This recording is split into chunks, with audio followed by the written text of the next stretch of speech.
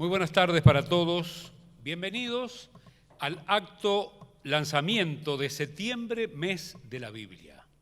Esta actividad, organizada por la Sociedad Bíblica del Uruguay, busca reflejar la importancia de la Biblia como libro. Más allá de la fe y de las confesiones religiosas, el mes de la Biblia es una celebración del libro más leído, traducido y distribuido en la historia de la humanidad. Dedicar un mes a la Biblia es una celebración global, aunque con distintos meses del año en los países. En el mundo hispano, generalmente, se toma el mes de septiembre por la primera traducción de la Biblia de 1569.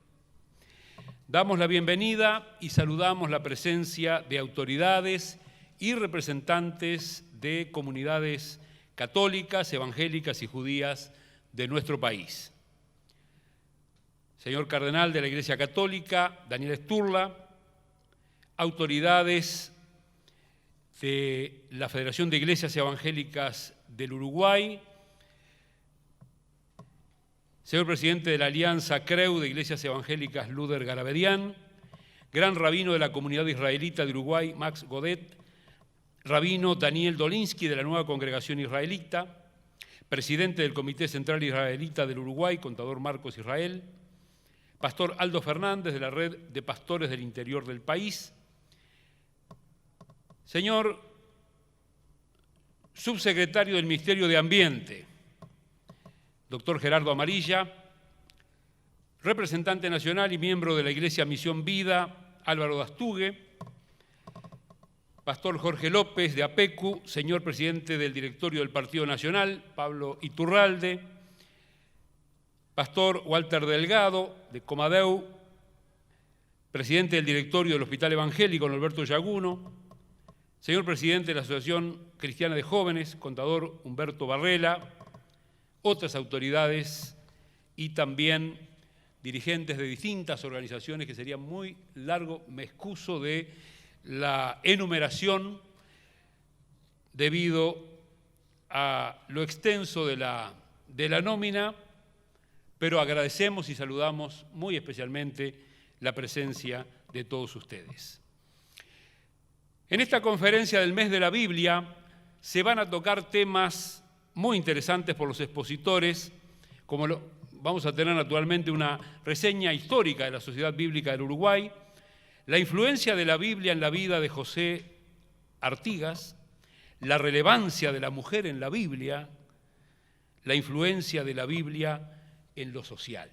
Estos temas van a ser abordados a partir de este momento por los expositores que hemos convocado en esta oportunidad. Dando comienzo a la parte oratoria, vamos a pedirle a Samuel Duarte, secretario general de las Sociedades Bíblicas del Uruguay, función esta que ocupa desde hace 4 años.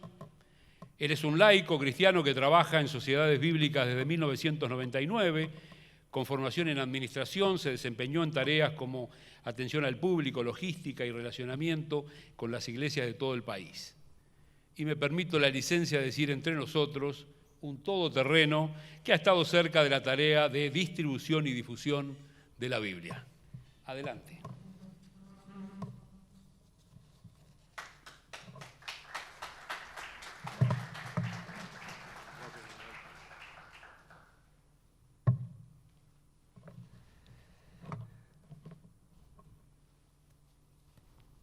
Buenas tardes a todos, cada uno.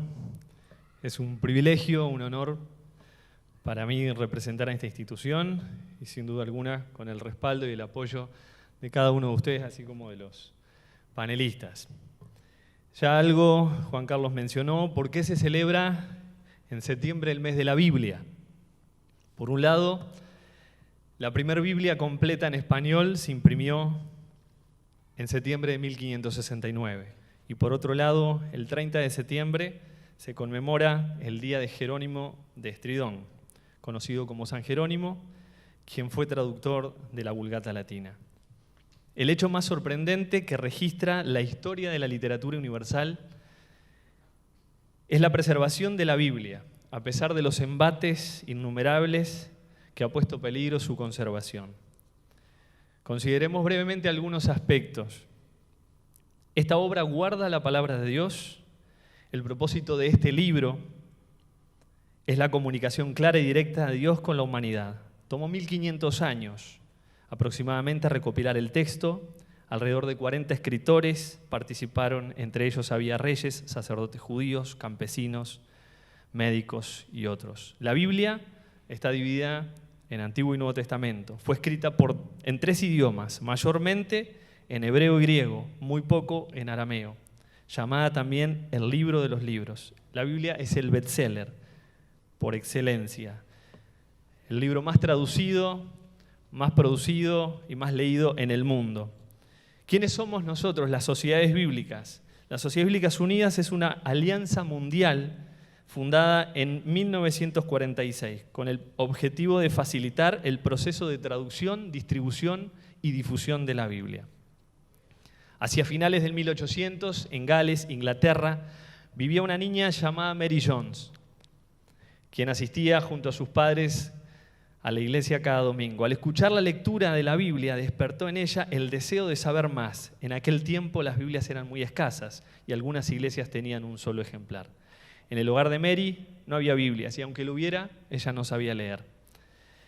Cuando aprendió a leer, trabajó 6 años para ahorrar el dinero necesario para comprarse una. Tuvo que caminar 40 kilómetros desde su casa hasta llegar donde las vendían. Y al llegar, le informaron que ya no quedaban Biblias. Su tristeza tocó el corazón del pastor que las vendía, quien le dijo: no te preocupes, voy a conseguir una porque un amigo mío la dejó aquí y no te puedo negar una Biblia. Esta experiencia inspiró a este pastor, quien con la ayuda de otras personas que tenían el mismo anhelo, fundó en Gran Bretaña, Inglaterra, las sociedades bíblicas. Las sociedades bíblicas en el mundo benefician a millones de personas con esperanza y enseñanza de la palabra de Dios, reuniendo a 148 sociedades bíblicas actuantes en más de 240 países y territorios. Las Sociedades Bíblicas Unidas tienen su sede en Swindon, Inglaterra. Trabajan con todas las iglesias cristianas y muchas organizaciones no gubernamentales, nacionales e internacionales, como la UNESCO, de la cual es miembro. Traducir la Biblia es la esencia de las sociedades bíblicas. La obra bíblica en el Uruguay se remonta al siglo XIX. La Sociedad Bíblica de Inglaterra mandó a Uruguay un cargamento en 1806 de 600 libros, de 600 Nuevos Testamentos a través del puerto del Maldonado. Era un cargamento dirigido a Buenos Aires, Argentina, pero no pudo desarrollarse allí, no pudo estacionar y fue distribuido en Montevideo, en nuestras costas.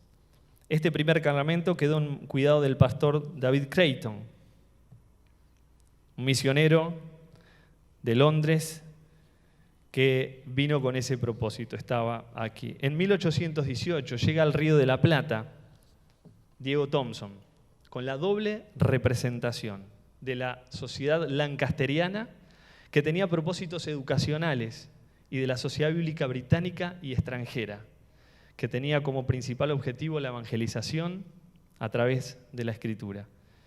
Otra ilustre personalidad destacada en los inicios de la obra bíblica en el Uruguay fue Samuel Lafone, rico comerciante inglés que ejercía de gran influencia en la vida nacional. Lafone fue el primer representante de la Sociedad Bíblica de Edimburgo, Escocia, en este país. Y en 1843 organizó en Montevideo la primera escuela primaria para niños, y su principal preocupación fue proveer de Biblias a esos niños. A Lafone se le acredita en gran parte la construcción del primer templo inglés que pertenece a la iglesia anglicana. En 1846, Milne traslada su lugar de residencia desde Rosario, Argentina, a Montevideo. Organizó el sistema de colportores, obra que desarrolló labores heroicas para dar a conocer la palabra de Dios. Se dice que Milne Iba de noche a los barrios a ofrecer las Sagradas Escrituras y en uno de los barrios conoció a Francisco Pensotti. Puso en sus manos el Evangelio de Juan y este fue convertido por él mismo. Significativamente, Pensotti años más tarde sería el mensajero de la causa bíblica. En el 1869 se inicia formalmente la distribución de Biblias en el Uruguay. En 1907, Francisco Pensotti inicia su labor al frente de la obra bíblica en el Uruguay. 1921, a este lo sucede en el cargo su hijo Pablo Pensotti. En 1947 se nombra al doctor Carlos Turner como secretario general de la obra bíblica en Argentina, Uruguay y Paraguay. En 1955 se nombra como secretario general al pastor metodista Salvador Puch, quien junto a Ludovica Comba y Xiomara Droz dieron vida y entusiasmo a la naciente sociedad bíblica. En 1960 llega en Uruguay, recibiría la ayuda de la Sociedad Bíblica de Noruega. En dicho caso tomó posesión del cargo como secretario general el doctor Miske, noruego luterano. Y en 1963, y gracias a su gestión, se compró la Casa de la Biblia, la que está actualmente allí en Constituyente. En enero de 1966 entra en funciones el pastor bautista Guillermo Milován, líder reconocido en Uruguay y toda América Latina. Escritor fecundo orador, Milován logró llevar la Biblia a todos los ámbitos de la sociedad uruguaya. Ferias del libro, biblioteca, radio, televisión, prensa, escuelas, colegios. Famosas también han sido sus entrevistas a destacados intelectuales, de la talla de Juana de Ibarburu, Carlos Sabat Ercasti, Ubaldo Yenta y muchos más. Al retirarse en el año 1989, lo sucede en el cargo el pastor José Beltrami, de larga tradición metodista. Durante su gestión, en el 2003, y como anticipo de la celebración en el 200 años de la obra bíblica en el mundo, se realiza un acto académico en el Palacio Legislativo con la palabra del presidente de la Cámara de Diputados, el doctor Jorge Chaper, y los expresidentes Julio María Sanguinetti y doctor Luis Alberto Lacalle. Asimismo, en ese acto se presentó por primera vez el musical Hazme un instrumento. En ese mismo año se realizó en la Intendencia Municipal de Montevideo la presentación de un sello conmemorativo de los 200 años de la obra bíblica. Con motivo de esta celebración se realizó una distribución masiva de Biblias a las autoridades. En el año 2009 lo sucede Raúl González, que nos honra con su presencia, funcionario que dedicó y desarrolló gran parte de su vida dentro de esta institución. Amplio conocedor de cada área del servicio. Fue ferviente promotor del trabajo con la niñez, obra carcelaria y los hospitales. Bajo su dirección se planificó y desarrolló una labor de promoción permanente hasta el día de hoy. En el 2018 asumimos con responsabilidad esta tarea hasta el día de hoy.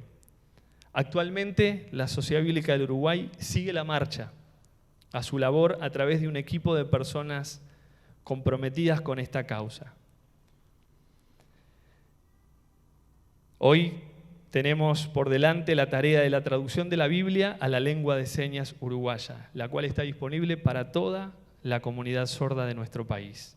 Otros proyectos como Día del Niño, obra carcelaria, drogadictos. Quiero finalizar mi presentación y a modo de testimonio, compartiendo con los presentes lo que ha significado y significa la Biblia para mí. La Biblia dice, cada palabra que Dios pronuncia tiene poder y tiene vida. La palabra de Dios es más cortante que una espada de dos filos y penetra hasta lo más profundo de nuestro ser. Allí examina nuestros pensamientos y deseos y deja en claro si son buenos o malos. Mis padres, oriundos de Rivera, en el año 1976, siendo muy jóvenes, se vinieron a Montevideo, motivados con la fuerza de la juventud y convencidos de predicar el mensaje de la Biblia, fundaron en el barrio Buceo una iglesia. Crecí viendo a mis padres predicar la Biblia con sus hechos. Siempre tenían una mano tendida, aunque muchas veces ellos mismos la necesitaran. Pasaban los años y seguían hablando, y seguían predicando, y seguían teniendo la misma disposición. Parecía que estaban más preocupados por los demás que por ellos mismos. Llegó la época de mi adolescencia y bastante dolor de cabeza les di, pero eso es otra historia. Llegó en noviembre del 2014, ya siendo parte de esta institución que represento, me encontraba recorriendo algunos pueblos en el interior de nuestro país. Es allí que recibo una llamada de mi padre que me dice: fui al médico para hacerme un chequeo del malestar estomacal que tengo y resulta que es cáncer.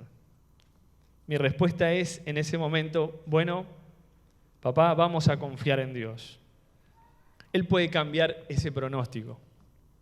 Lo cierto es que cuando corté la llamada, por mi mente pasaban preguntas y más preguntas. Un hombre joven, sano, no entiendo. Aquellas palabras que le dije, vamos a confiar en Dios, ya no eran tan así. Comencé directamente a confrontar a Dios y a decirle: ¿te olvidaste a qué se dedica? ¿Por qué a nosotros? Apenas está comenzando a disfrutar de su nieta y tantas otras cuestiones. Comenzaron a pasar los días, las semanas, los meses y nada cambiaba. Es más, todo empeoraba. Su salud ya se veía muy, muy deteriorada. Nos costaba entender que esto pudiera tener algo bueno. Hay un pasaje de la Biblia que dice: a los que aman a Dios, todas las cosas ayudan a bien. Pero yo no entendía, seguía preguntándome: no entiendo qué es lo bueno de todo este sufrimiento. ¿Qué va a pasar? En fin, seguía sin entender. La situación era irreversible y yo buscando una respuesta. Ya los médicos nos habían advertido el desenlace. Pero algo pasó días antes de su partida. Con las pocas fuerzas que le quedaban, se levantaba y caminaba por las habitaciones de la casa. Levantaba sus brazos y susurraba una melodía. Esa imagen quedó grabada en mi mente. Y es en ese momento que pude comprender el significado de la palabra paz que menciona la Biblia. La paz es más que un sentimiento, es más que una idea, es más que una palabra.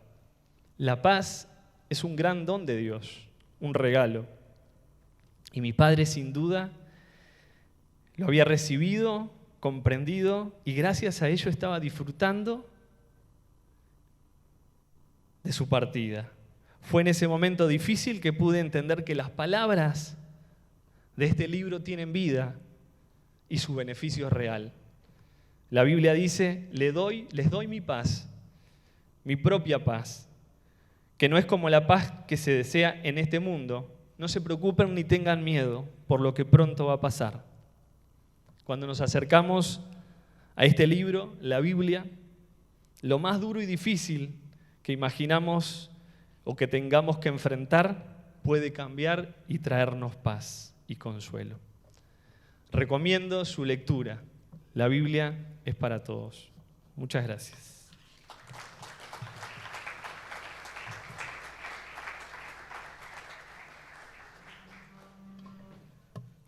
Con motivo de este acto de lanzamiento de septiembre, mes de la Biblia, hemos recibido algunos saludos.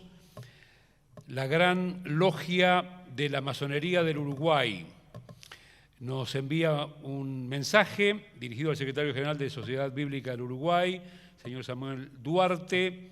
De mi mayor consideración, agradezco la invitación para participar del lanzamiento de septiembre, mes de la Biblia. Motivos de agenda me impedirán acompañarlos, por lo que a través de la presente le hago llegar mi saludo y deseo de que el evento alcance los objetivos buscados. La Biblia ha contribuido de manera sustancial a la conformación de la cultura de Occidente, y los masones, herederos del pensamiento humanista y promotores de sus valores e ideales, reconocen su aporte e influencia.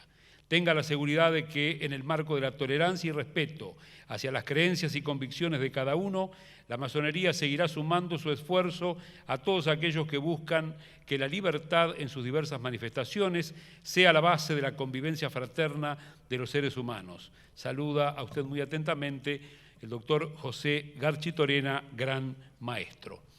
Recibimos también los saludos y por razones de agenda no pueden acompañarnos, del presidente de la Cámara de Representantes, Luis Alfredo Fratti, la senadora Carmen Aciaín y también del ministro de Educación y Cultura, el doctor Pablo da Silveira, que por compromisos también de agenda institucional le es imposible acompañarnos en esta oportunidad, pero envía su cordial saludo.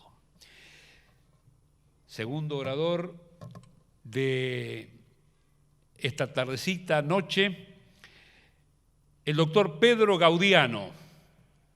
Es doctor en Teología por la Universidad de Navarra, Pamplona, España. Su tesis doctoral se titula Monseñor Mariano Soler, primer arzobispo de Montevideo y el Concilio Plenario Latinoamericano. Es licenciado en Teología con especialización en Historia de la Iglesia por la Pontificia Universidad Católica Argentina.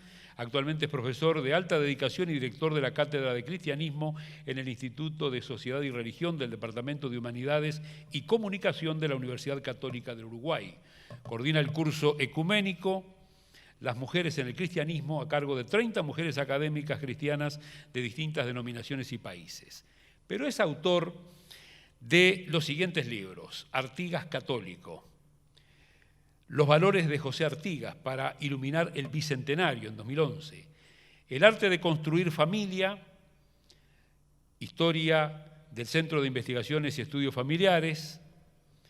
También es autor de varios capítulos en obras conjuntas, así como de varios artículos de carácter académico y de divulgación publicados en diversos países. Y abrevio algunos datos del currículum para tener el placer de escucharlo, doctor. Adelante.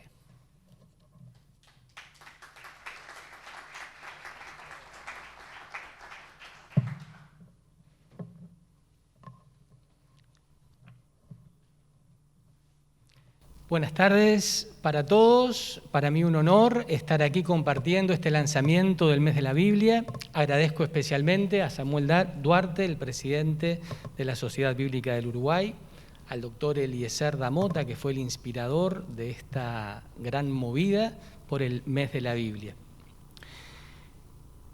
En la tarde de hoy quiero referirme básicamente a la relación, a la influencia que tuvo la Biblia en Artigas.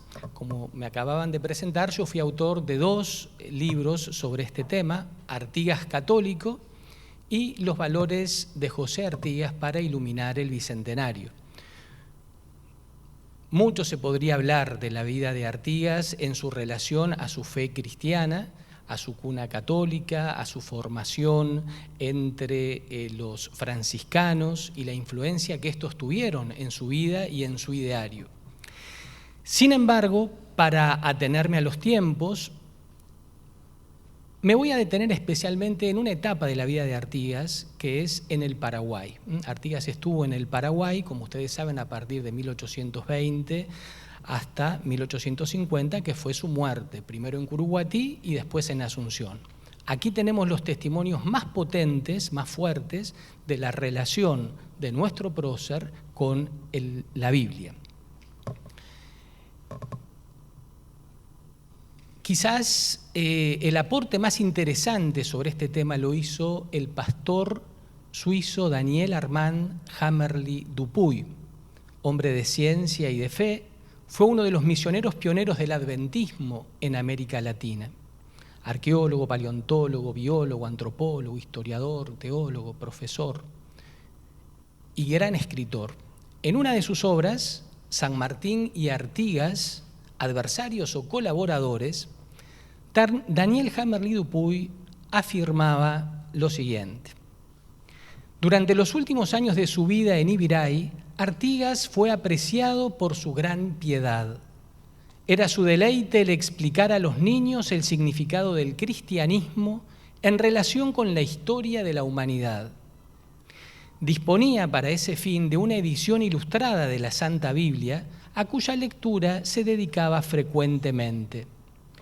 Y en nota a pie de página agrega el autor: esta información fue proporcionada al autor por Juan León Benítez, nieto del presidente Carlos López, al cual pertenecía la Santa Biblia que a causa de sus cantos dorados era llamado por Artigas el Libro de Oro.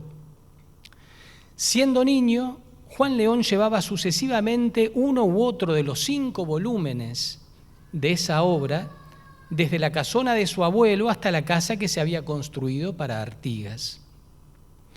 No ha sido posible encontrar actualmente en Asunción la Biblia de la familia López, pero el historiador Aponte, siendo presidente del Instituto Histórico del Paraguay, le manifestó al autor que se trataba de 5 volúmenes impresos en París en 1846, en el primero de los cuales aparecía la firma de Carlos López. Después de una extensa búsqueda por distintos lugares y con alguna información, yo logré encontrar en la Biblioteca Nacional de Chile un ejemplar de la Biblia tal cual tuvo Artigas en sus manos. Se trata de la Biblia Vulgata Latina, traducida al español y anotada conforme al sentido de los santos padres y expositores católicos. La traducción y notas corresponden a Felipe Gio de San Miguel, exprovincial del Orden de las Escuelas Pías de Castilla, y era una edición de lujo preparada especialmente para ser distribuida y repartida en América Latina, en América del Sur. Nos referíamos recién entonces a un personaje, vemos allí la foto de él, Juan León Benítez. Este es un personaje clave. ¿Por qué motivo? Porque era el nieto del presidente Carlos Antonio López, el primer presidente de la Primera República de Sudamérica. El hijo de Carlos Antonio López era Francisco Solano López, que todos conocemos. Francisco Solano López, con una criada de la casa de la quinta paterna, tuvo a un hijo natural llamado justamente Juan León. Se lo dieron a criar a la familia Benítez, de ahí el nombre Juan León Benítez.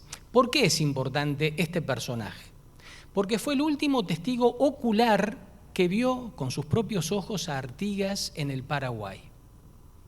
Este señor murió a los 103 años de edad. Y cuando tenía 8 o 9 años, estuvo con Artigas y compartió con Artigas y guarda recuerdos interesantísimos que se refieren a justamente la fe de Artigas y su vinculación con la Biblia. Juan León Benítez, entre otras cosas, recuerda en algún momento algunas frases que son realmente significativas. Ya viejito, en el Paraguay, en la Quinta de Asunción, donde está el Jardín Botánico de Asunción actualmente, que era la quinta del presidente López, lo fueron a visitar 2 personajes muy interesantes. Uno, el pastor Daniel Hammerly Dupuy. Este pastor le pidió que le relatara algunos hechos de su infancia. Ustedes saben que los ancianos tienen una memoria remota muy clara, muy nítida, repiten siempre lo mismo de la misma manera. La memoria reciente es un poco difusa. Entonces, Juan León le transmitió al pastor Hammerly Dupuy que en algún momento le preguntaron si había estado enojado, si en algún momento lo encontró indignado Artigas, y relata textualmente entonces Juan León Benítez: íbamos a caballo hacia la Recoleta cuando un patrón le golpeó a un moreno. Artigas se apeó, se bajó del caballo, y con mucha calma se acercó al señor, que parecía enfurecido, y lo amonestó. Recuerdo que le dijo, palabras ahora textuales de José Artigas: todos los hombres son hijos de Dios. Debajo de la piel, el blanco, el negro y el indio son iguales. Siendo hijos de Adán y Eva, debemos tratarnos como hermanos. Tampoco podré olvidar cómo, sigue Juan León, cuando ya nos habíamos alejado en silencio, Artigas me dijo: hay hombres blancos que tienen el alma negra y negros que tienen el alma blanca. La fraternidad para Artigas brotaba justamente de que todos somos hijos de Dios, no importaba el color de la piel, la raza ni ninguna otra diferencia. Y por eso debemos tratarnos como hermanos. Este mismo Juan León Benítez relata a la otra persona que lo fue a visitar también cuando ya era muy anciano, la maestra Elisa Menéndez. Elisa Menéndez era la directora de la Escuela Solar de Artigas, en el Paraguay. Y justamente, esta maestra había publicado en 1944 una obra titulada Artigas, defensor de la democracia americana. Y una vez que terminó de escribir ese libro, que obtuvo incluso un premio interesante del Ministerio de Instrucción Pública y Previsión Social del Uruguay por considerarlo, textualmente, un valioso aporte de investigación a la historia nacional.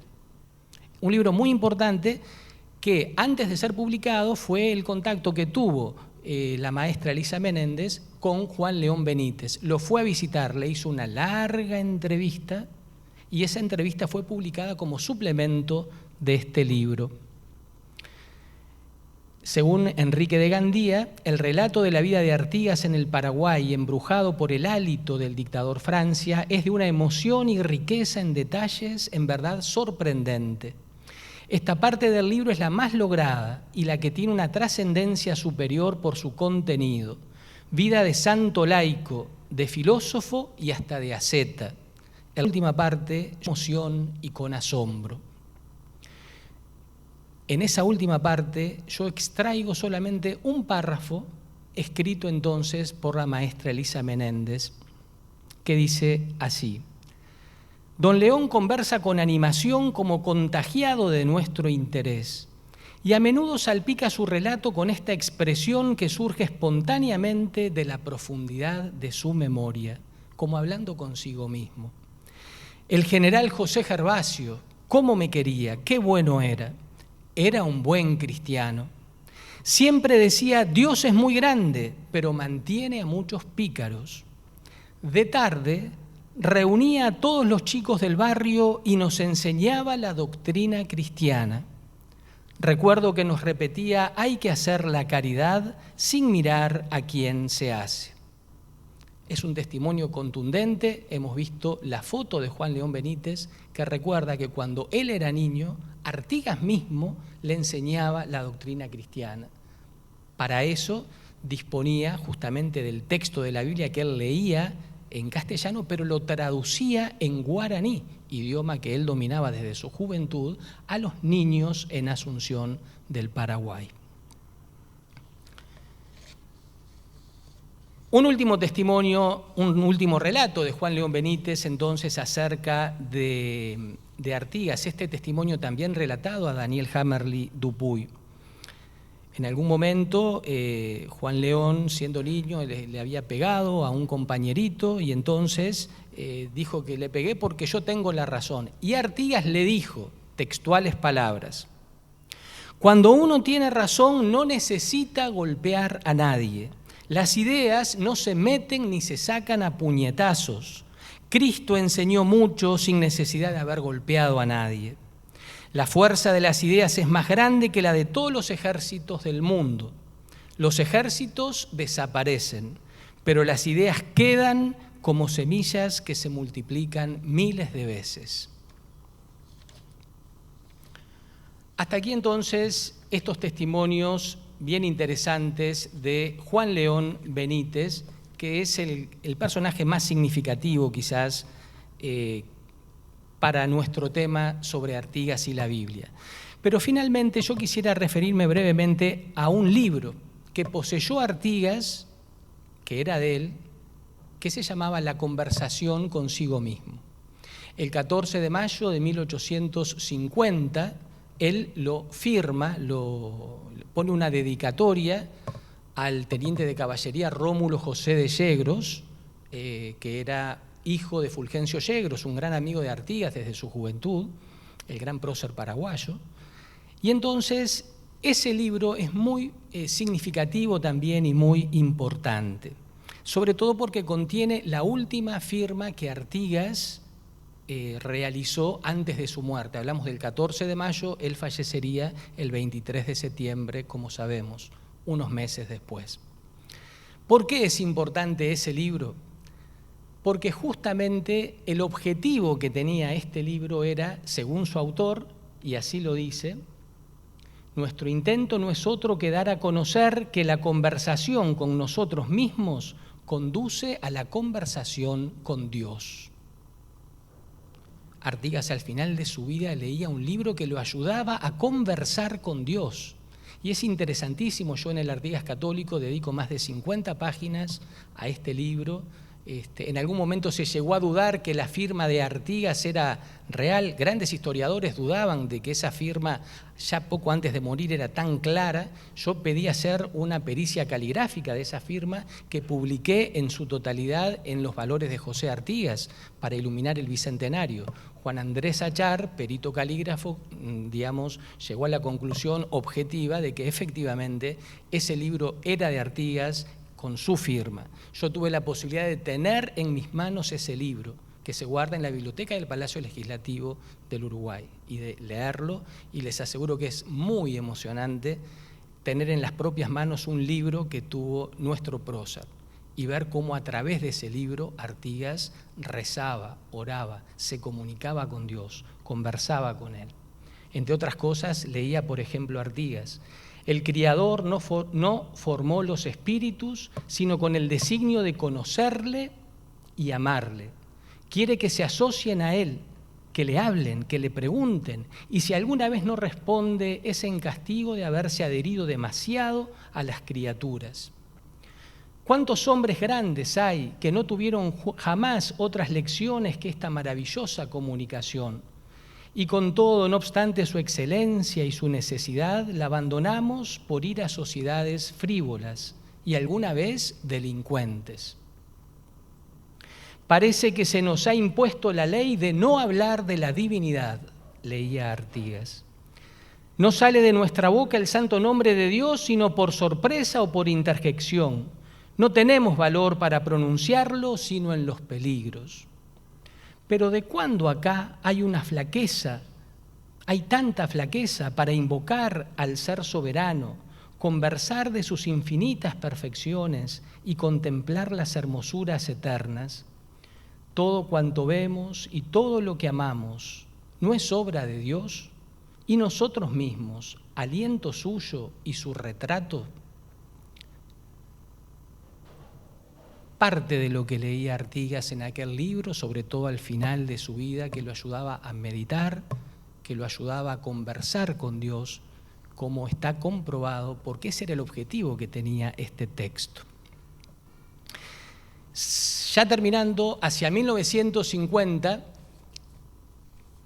se realizó un gran acto, varios homenajes por la muerte de Artigas, el centenario de la muerte de Artigas.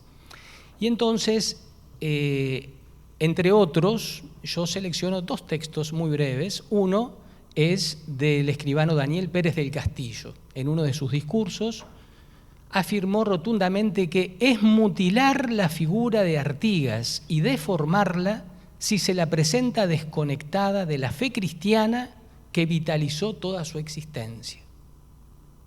A mí me gusta hablar de la faceta amputada del prócer, porque se nos ha recortado en nuestra enseñanza. Yo lo he comprobado a lo largo de 20 años. El año próximo, 20 años de la publicación del Artigas Católico. Este año hace 10 años de la publicación de Los Valores de José Artigas. Y una y otra vez cuando hablo de estos temas suele generar mucho asombro. ¿Por qué? Porque se nos ha amputado de nuestra historiografía, se nos ha recortado esta faceta religiosa, de donde sale el resplandor que atraviesa la vida de Artigas a lo largo de toda su vida y especialmente en sus 30 años en el Paraguay. Artigas, los mismos descendientes de aquellos que habían estado con él en el Paraguay, lo llamaban Oberaba Caraí, el Señor que resplandece. Ese resplandor que brotaba de Artigas y que sigue iluminando hasta hoy el alma uruguaya y me atrevería a decir el alma latinoamericana también, no provenía de nada externo, provenía de algo interior, de su contacto con la fuente, con el origen, con Dios, con la palabra de Dios, palabra que él supo integrar a lo largo de toda su vida, asumirla, incluso enseñarla al final de su vida. Se puede decir que todo el ideario de Artigas, toda la vida de Artigas está marcada por la Biblia, por la palabra de Dios. Y es necesario que los uruguayos especialmente, porque en otras partes de la antigua Liga Federal esta dimensión está mucho más viva, mucho más presente. Uno cruza Argentina, Córdoba, Misiones, Santa Fe, Entre Ríos, Paraguay, la vida de Artigas desde su lado religioso es mucho más conocida. Entre nosotros sigue siendo algo como para profundizar. Porque como dice habitualmente, me refiero siempre a una gran frase que ha relatado el padre José Squadroni, ex rector de la Universidad Católica y directivo también de la Fundación Omar Ibargoyen Paiva, que editó el libro Los valores de José Artigas. El padre Squadroni solía decir que hay 3 cosas que no pueden estar ocultas demasiado tiempo: el sol, la luna y la verdad. Tarde o temprano, la verdad sobre Artigas, esta verdad sobre las raíces cristianas de Artigas, sobre la centralidad de la Biblia en la vida de Artigas, seguramente va a resplandecer más y mejor. Muchas gracias.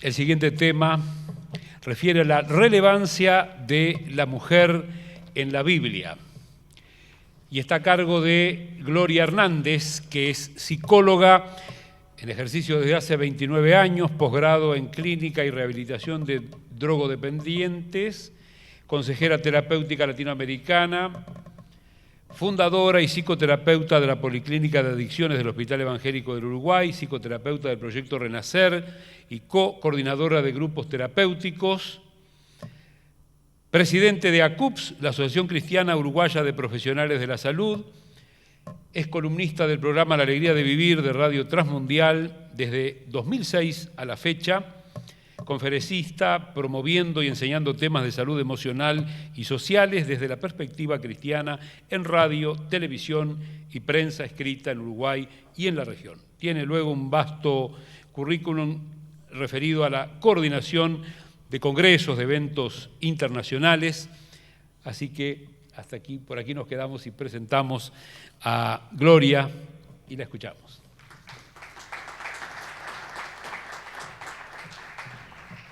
Buenas tardes. Bueno, muchas gracias a la Sociedad Bíblica del Uruguay, en la persona de su secretario Samuel Duarte, por la invitación. Gracias al doctor Eliezer Damota también por la oportunidad de poder tener este espacio y este tiempo de hablar del libro de los libros, que es la Biblia.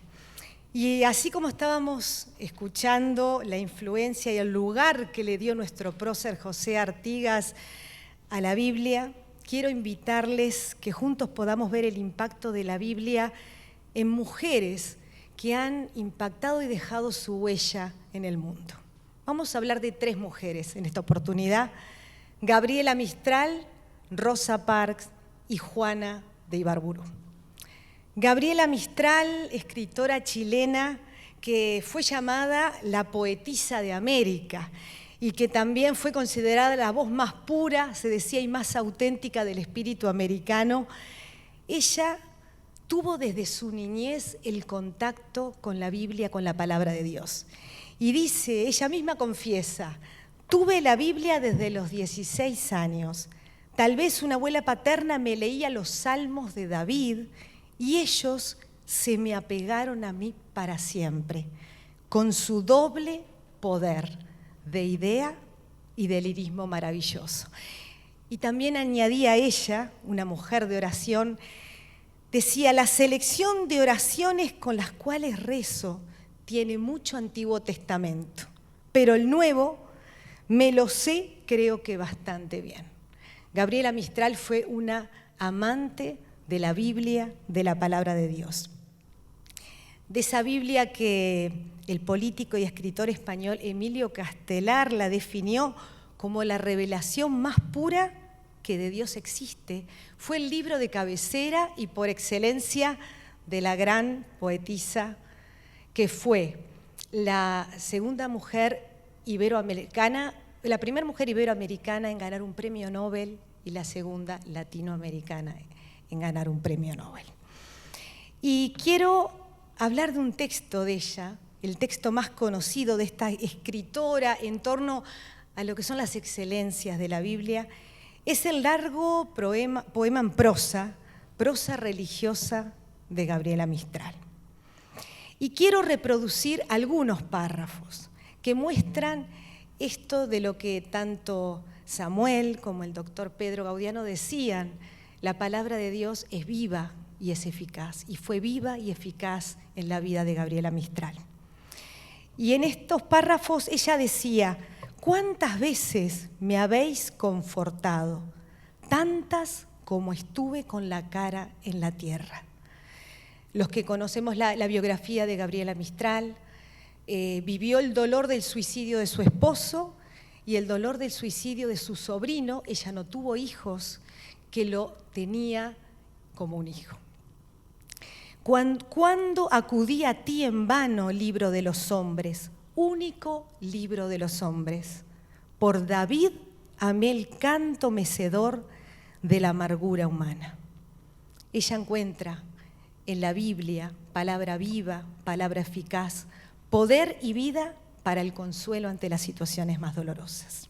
Y sigue: en el Eclesiastés hallé mi viejo gemido de la vanidad de la vida, y tan mío ha llegado a ser vuestro acento que ya no sé cuándo digo mi queja y cuando repito solamente la de vuestros varones de dolor y arrepentimiento.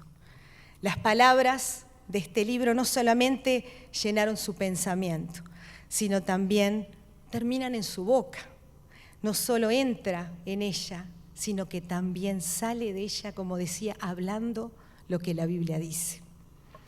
Y continúa: nunca me fatigaste como los poemas de los hombres, siempre me eres fresco, recién conocido como la hierba de julio, y tu sinceridad es la única en que no hallo cualquier día pliegue, mancha disimulada de mentira. Tu desnudez asusta a los hipócritas y tu pureza es odiosa a los libertinos. Y yo te amo todo, desde el nardo de la parábola hasta el adjetivo crudo de los números. La Biblia nos fatiga, decía Gabriela Mistral, lo decimos, aquellos que amamos la Biblia. Como otros poemas o como otros párrafos, la Biblia, en ella encontró la verdad auténtica, donde no hay mentira. En ella encontró la pureza de principios y valores para su vida y termina afirmando: por eso yo te amo tanto. Y vamos ahora a ver otra mujer donde la referencia de la Biblia, de la palabra de Dios, marcó su vida y marcó toda su actividad social y política, que fue Rosa Parks. Fue una activista afroamericana que formó parte del movimiento por los derechos civiles para los afroamericanos. Y ella es, particularmente famosa en aquella situación, en los momentos donde la segregación racial de negros y blancos en Estados Unidos hacía que, por ejemplo, no podían compartir determinados espacios públicos como lo era un autobús. Y sucede que sube una persona blanca y el conductor del autobús le pide a ella que se levante y le dé el asiento y ella se niega. A partir de ahí, ese gesto dejó una huella y marcó la apertura para el gran movimiento de justicia social, donde junto a Martin Luther King y otros, hicieron lo que hoy se viva, ¿no? En esto de que no hay, como dice la Biblia, distinción por el color de la piel, por ejemplo. Reconocida como una figura histórica, ella en Estados Unidos, y considerada la madre del movimiento moderno por los derechos civiles en Estados Unidos y fue nombrada por la revista Times como una de las 20 mujeres y figuras más icónicas y emblemáticas del siglo XX. Ella representa para el mundo una figura de valentía, de coraje y de integridad en la lucha por los principios de justicia social. Desde joven, Rosa Parks creció con una profunda fe, que fue la que la llevó a afianzar las convicciones que después mostró en su carrera activista. Ella decía, todos los días, antes de la cena y antes de ir a los servicios religiosos de los domingos, mi abuela leía la Biblia para mí y mi abuelo oraba. Incluso hacíamos devociones antes de ir a recoger algodón en los campos. La oración y la Biblia se convirtieron en una parte de mis pensamientos y creencias diarias. Aprendí a poner mi confianza en Dios y a buscarlo con todas mis fuerzas. De acuerdo a sus propias palabras, fue esta fe la que la llevó a seguir el ideal de levantarse para defender los derechos de los oprimidos.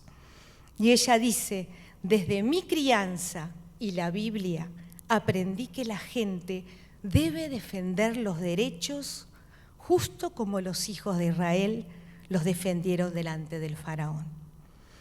Servir a Dios para ella significaba esa palabra de Dios puesta en acción para atender a los más necesitados. Ella dice, Dios siempre me ha dado la fuerza para decir lo correcto. De ahí, cuando ella tiene ese gesto que marcó un antes y un después, no pensé en las consecuencias. Podría haber sido maltratada, podría haber sido ultrajada, pero decidí no moverme porque era lo correcto. Y dice, cuando tomé la decisión que no me iba a mover, supe que tenía la fuerza de Dios y de mis antepasados conmigo. Y tenemos, en tercer lugar, a nuestra querida y admirada Juana de Ibarburu, nuestra gran escritora uruguaya, que fue una mujer que fue muy sensible, sobre todo en la época ya más postrera de toda su obra literaria, muy sensible con la Biblia. Su poesía evolucionó, desde esos poemas juveniles hasta los postreros más místicos, como los que están en el libro Estampas de la Biblia. En los últimos años de la vida de Juana, ella se entregó a la meditación de la palabra de Dios y hallaba inspiración, como lo decían las lecturas místicas y en los temas bíblicos. Y así dijo una vez, la Biblia es siempre para mí el enorme poema histórico y divino en el que todas las noches necesito leer un rato antes de dormirme para que se me enriquezca de belleza y poesía mi mundo de fantasmas. Sensible necesidad de ella de leer la Biblia cada noche como esa palabra viva para enriquecer ese mundo de fantasmas que todos tenemos, pero esa lectura de la palabra de Dios era sanadora para enriquecer con belleza y poesía ese mundo. Y cómo es, pensando en este espacio, ¿no? Un libro escrito hace tantos años que no pierde validez y vigencia con el tiempo, sino que el tiempo lo único que hace es seguir validándola. Como psicóloga, hace 29 años que acompaño vidas en el dolor, en la confusión, y también en el seguir la actualización permanente desde la carrera y la profesión que elegí, que Dios me dio. Realmente es maravilloso ver cómo tantos y tantos de los principios que hoy la psicología toma para poder ayudar a aliviar el dolor humano ya estaban escritos hace miles de años en la palabra de Dios.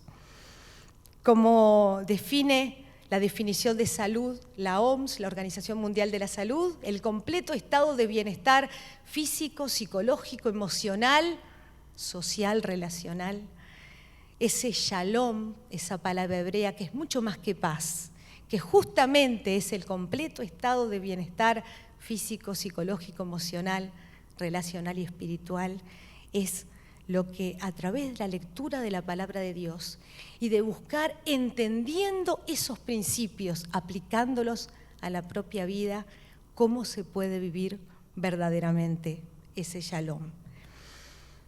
Y de esta manera, estas tres mujeres, como tantas, como mi propia vida, que fue impactada, influida por la palabra de Dios y sus principios, es que cierro con estas palabras de Juana, cuando ella decía, la Biblia no es solo un enorme libro histórico y poético, sino que también la Biblia es un libro divino.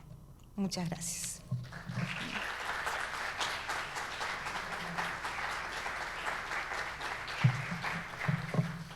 Y cerrando la parte oratoria, la influencia de la Biblia en lo social.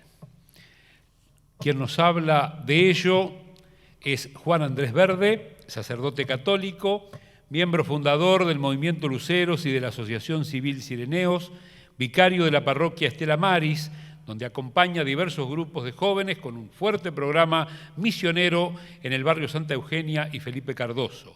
Es autor de 3 libros con reflexiones y anécdotas. Y entre nosotros, diría yo, un excelente comunicador y motivador. Adelante.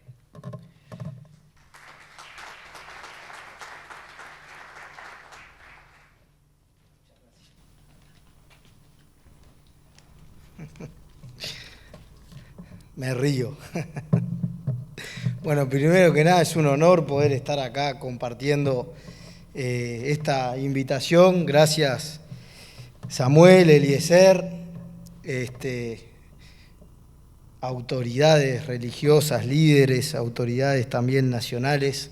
Cuando recibí la invitación sentí que me excedía un poco y más sabiendo de catedráticos, referentes, estudiosos, profes que tuve, que ni que hablar, que admiro en ellos el conocimiento y el saber que uno todavía de pronto no adquirió. Y bueno, para mí es un honor estar acá. Y la consigna que se me dijo entonces tiene que ver con compartir un poco de forma testimonial acerca de qué significa para mí la Biblia en mi vida y refiriéndome también a lo social. Bien, es difícil sintetizar, imagínense, la Sagrada Escritura, pero traté de quedarme con 3 puntos. El primero es qué significa para mí. Hace un tiempo estuve en los Andes, donde cayó el avión de los uruguayos. Antes de estudiar Pacura jugaba al rugby y conocía un poco también toda esa realidad. Y la verdad es que recorriendo por allí fuimos de a caballo hasta donde cayó el avión y una parte la hicimos en un jeep. Y ahí se me dio por decir un comentario poco feliz, como para no perder la costumbre, ¿no? Y le digo al que nos guiaba, esos mojones tan altos que están ahí, ¿para qué están? Se gastaron demasiado en hacer eso, ¿no? Están al Pepe, al santo botón. Y el hombre no me respondió nada y más adelante frenó el jeep al borde del camino, me dijo, vení, bajate. Y me bajé. Y me muestra. Estábamos justo al borde de un precipicio. Me dice, estos mojones que vos ves acá, que decís que son innecesarios, es para cuando cae la nieve y tapa el camino. Y estos mojones quedan visibles para que nadie se desbarranque y pierda la vida. Ahora entendés para qué están. Y cuando pensaba qué significa para mí la Sagrada Escritura, me acordaba de estos mojones. Como este mojón que me lleva al camino firme, que evita la caída, que como por ahí decían, tiene palabra viva, palabra de vida eterna, donde encuentro la verdad más profunda para mi vida. Y eso significa para mí la Sagrada Escritura, donde voy por el camino firme. Yo creo que cualquier persona de bien que busque realizarse como persona, un católico le llama la santidad, pero cualquier persona de bien que quiera ir por el camino firme, por el camino seguro, como tantos personajes que hemos visto acá, nacionales, internacionales, yo creo que en la Biblia va a encontrar todo lo que necesita y aún más. El segundo punto que me quería detener es que en la Sagrada Escritura uno descubre cuál es su verdadero valor. ¿Cuál es su verdadero valor? Vivimos en una sociedad compleja. Hace poquitos días me escribía un empresario muy conocido en nuestra sociedad. Me decía, ¿qué está pasando, gordo? ¿Qué está pasando? Se había suicidado una familiar de 23 años. ¿Qué está pasando? ¿Qué le pasa a los jóvenes? No sé si vieron una de las últimas noticias del año pasado a la tasa de suicidios en jóvenes creció un 45% en Uruguay. ¿Qué está pasando? Hay una pandemia silenciosa, creo que existe. No solamente baja tolerancia a la frustración y tantas cosas como dicen y pueden decirnos los psicólogos y quienes conocen creo que hay una falta de sentido, hay falta de fe, hay falta de esperanza, hay falta de por qué y para qué. Y yo creo que uno en la Sagrada Escritura, en la Biblia, puede encontrarse y descubrir cuánto verdaderamente vale su vida. Puede descubrir el por qué y el para qué. Les cuento, parece que vivo un muchacho, perdón que los míos son los cuentitos, así que acá los que saben están de ese lado y de ese lado. Parece que un gurí iba con esta situación, ¿no? Preguntando cuánto vale y había perdido el sentido. Y fue el sabio del pueblo, y el sabio del pueblo le dijo, yo te recibo, pero antes se sacó el anillo y le dijo, tomá, andá y vendelo, pero con una condición, le dijo, no lo vendas por menos de una moneda de oro. Y allá el gurí salió por todos lados a tratar de vender el anillo, en la plaza, en la feria, en el parque, en la calle. Nadie le daba una moneda de oro. Y volvió triste a este sabio y le dice, nadie me lo compra, nadie me compra por una moneda de oro. Y si no se te ocurrió ir al joyero, aquel que no solo lo vende, sino que lo fabricó. Y allá fue el gurí, y el joyero dice que sacó ese lente, ¿viste? Dice, pero a ver, gurí, este anillo vale 10 monedas de oro. Y donde me des unos días, capaz que te consigo algunas más. Y allá volvió loco de contento el gurí con el sabio. Le dice, mirá, me lo compra por 10. Sí, gracias. Es que este anillo sos vos, le dice, que andás buscando ver cuánto valés en la feria, en la plaza, en el parque, en la calle, en el Facebook, en el Instagram, en los likes. Y no se te ocurre preguntarle a aquel que te creó cuánto valés. ¿Cuánto valés para él? Yo creo que en la Sagrada Escritura encontramos cuánto verdaderamente valemos para aquel que nos creó. Y por tanto, cuánto valemos como seres humanos. Y cómo vivir entonces correspondiendo a ese amor tan grande. Y termino con un tercer punto que tiene que ver con el prójimo. La Sagrada Escritura creo que nos ayuda y nos muestra cómo, ahí como veíamos, como nos presentaba el doctor Pedro Gaudiano, es tío mío, les cuento, cómo presentaba a don José Gervasio Artigas. Bueno, yo también he sido testigo de cómo la Biblia ha transformado los corazones de tantas personas, de tantos jóvenes que me toca acompañar. También el Señor ha transformado mi corazón a través de la Sagrada Escritura. De personas que están, por ejemplo, en situación de calle. Es impresionante ver cómo muchas veces que vas con un plato de comida caliente, te piden antes la palabra de Dios. Es que ante la soledad y la indiferencia que muchos viven, piden alimentar el alma, porque igual con el cuerpo se manejan. Limber, que es un señor que tenemos en el Parador, me decía: gordo, lo más duro de la calle no es que te responda mal la gente. Lo más duro es que hagan de cuenta que no existís. Porque si te responden mal, de última, vos le podés responder bien. Pero cuando hacen de cuenta que uno no existe, duele, duele.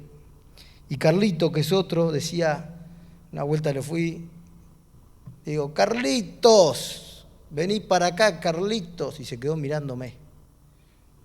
¿Qué te pasa, Carlitos? No, es que hace 5 días que nadie dice mi nombre. Que ñeri, que amistad, que cosa, que esto, pero que nadie dice mi nombre. 5 días. Y Carlito, siempre me pedía una Biblia. Y yo, no le voy a mentir, no tengo una colección de Biblia como Samuel, ¿no? Pero entonces un día le digo: pero Carlito, ¿qué tanta Biblia? ¿Por qué querés la Biblia? Le habían robado la suya. Y me dice: es que cuando leo la Biblia siento que Dios me habla a mí. Y sí, eso es lo que pasa cuando uno lee la Santa Biblia. Dios nos habla a través de su palabra. Soy testigo cómo la Sagrada Escritura ha transformado los corazones de tantos vecinos del barrio donde semana a semana se celebra la palabra. Soy testigo cómo verdaderamente la Sagrada Escritura transforma. Y creo que lo que más mueve y deja huella son aquellas actitudes que viven las personas que se dejaron transformar por la Sagrada Escritura. Las actitudes de esas personas. Y eso creo que deja huella imborrable. Y con esto termino. La voy a hacer corta porque ya estoy en hora. Me pasó en la colonia Berro, visitando los gurises. Íbamos con un grupo de pichones de curas, seminaristas, los fines de semana. Y esa vuelta nos visitaba un jugador de fútbol. Y entonces los gurises estaban re contentos porque venía este jugador de fútbol. Y salimos a jugar. Terminó el partido, hicimos un tercer tiempo como en rugby, compartiendo, y de pronto uno de los gurises levanta la mano y le dice: yo le quiero decir algo, yo robé su casa y le quiero pedir perdón. Yo estaba ahí y dije: trágame tierra. Justo al jugador de fútbol que llevo, el gurí le había robado la casa, le había afanado cosas de mucho valor afectivo. Las remeras de cuando había jugado en Europa, el reloj que le regaló a su mujer por tantos años de casado, la foto de los niños, la computadora donde tenía la foto de los niños recién nacidos. Puedo seguir diciendo, este jugador se llama Andrés Flerkin, hoy ya no juega más. Y este jugador lo miró a los ojos y le dijo: te perdono, no lo vuelvas a hacer más. A mí Dios me perdonó tantas, ¿por qué no te voy a perdonar yo a vos? Y de pronto otro levanta la mano. Dije: bueno, me voy. Ya está. No, corte, que yo le quiero decir algo a usted. No, callaste, pensaba. No, que cuando usted le dijo a él que lo perdonaba, yo también me sentí perdonado. Sin palabra con usted. Eso fue lo que hizo una persona que se había dejado transformar por la palabra de Dios. Y cómo cuando uno está transformado de verdad por la palabra de Dios, viviendo lo que la Santa Escritura te propone, terminás dejando huella y salpicando a los demás. Ni que hablar que la palabra perdón es una palabra que se encuentra en la Sagrada Escritura. Bueno, estos son los 3 elementos más grandes que por lo pronto quise destacar hoy con ustedes. Lo que significa para mí ese mojón. En la Sagrada Escritura uno encuentra el valor, lo que vale a los ojos de Dios y cómo uno puede vivir en relación a su prójimo. Cada vez que pienso en la Sagrada Escritura pienso en esos árboles estadounidenses, secuoya creo que se llaman, secuoya, que son inmensos, los cortan y pasan los autos por abajo. Si uno lo quiere abrazar y abarcar es imposible, pero uno de pronto puede abrazarlo y quedarse abrazado. Yo creo que la Sagrada Escritura es así, es inabarcable, pero uno puede abrazarla. Bueno, ojalá hoy, después de todo esto compartido, podamos abrazarnos a la Sagrada Escritura. Muchas gracias.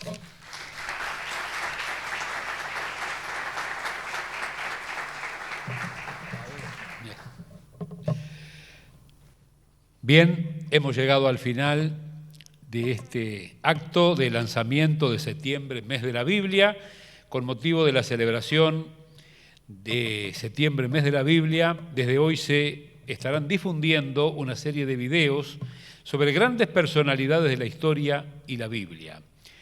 Los vemos ahora y con ellos quedamos despedidos. Antes, algo que leí esta mañana en el devocional y que parece resumir lo que aquí hemos escuchado. Deseo profundamente que toda persona que tome su Biblia no solo entienda, sino que también experimente la Escritura como un documento vivo, igual de relevante, peligroso y emocionante hoy como hace miles de años. Esto escribió J.B. Phillips, un pastor que tradujo una nueva paráfrasis de la Biblia en inglés durante la Segunda Guerra Mundial para lograr que la Escritura cobrara vida en los estudiantes. Tengan ustedes muy buenas noches. ¿Sabías que la Biblia es el libro más difundido y leído de la historia de la humanidad? El filósofo y científico Immanuel Kant dijo: la Biblia es el más valioso bien que posee el género humano. Todo intento de menospreciarla constituye un crimen contra la humanidad. La palabra de nuestro Dios permanece para siempre. La Biblia. ¿Sabías que el general José Artigas era un ávido lector de la Biblia y que muchas de sus frases tienen su influencia? Que los más infelices sean los más privilegiados. General José Artigas. Defiendan la causa del huérfano y del desvalido. Al pobre y el oprimido, háganle justicia. La Biblia. ¿Sabías que el general José Artigas realizaba traducciones de la Biblia para que los niños guaraníes pudieran leerla? Jesús dijo: dejad a los niños venir a mí, y no se lo impidáis, porque de los tales es el reino de los cielos. La Biblia. ¿Sabías que cuando le preguntaron al Premio Nobel de la Paz, René Cassin, autor de la Declaración de los Derechos Humanos, cuál fue la base de su redacción, respondió: me limité a traducir los 10 mandamientos de la Biblia al lenguaje moderno. Bienaventurados los que tienen hambre y sed de justicia, porque ellos serán saciados. La Biblia. ¿Sabías que el día de descanso semanal de los trabajadores incorporado al derecho laboral tuvo su origen en la Biblia? Trabaja 6 días y haz en ellos todo lo que tengas que hacer, pero el día séptimo será un día de reposo para honrar al Señor tu Dios. La Biblia. ¿Sabías que la Biblia contiene la primera referencia al concepto de igualdad entre los seres humanos y que existen 28 versos que lo afirman? No hay judío ni griego, no hay esclavo ni libre, no hay hombre ni mujer, porque todos sois uno en Cristo Jesús. La Biblia. ¿Sabías que Abraham Lincoln, Rosa Parks y Martin Luther King en su lucha contra la esclavitud y el racismo recurrieron a la Biblia como su guía? Abraham Lincoln, quien abolió la esclavitud, dijo: estoy ventajosamente ocupado en la lectura de la Biblia, pues no hay distinción de personas delante de Dios. La Biblia. ¿Sabías que la primera mujer iberoamericana que recibió el Premio Nobel de Literatura, Gabriela Mistral, dijo: la Biblia es para mí el libro, No veo cómo alguien puede vivir sin ella. Porque el que me halla, halla la vida y obtiene el favor del Señor, la Biblia.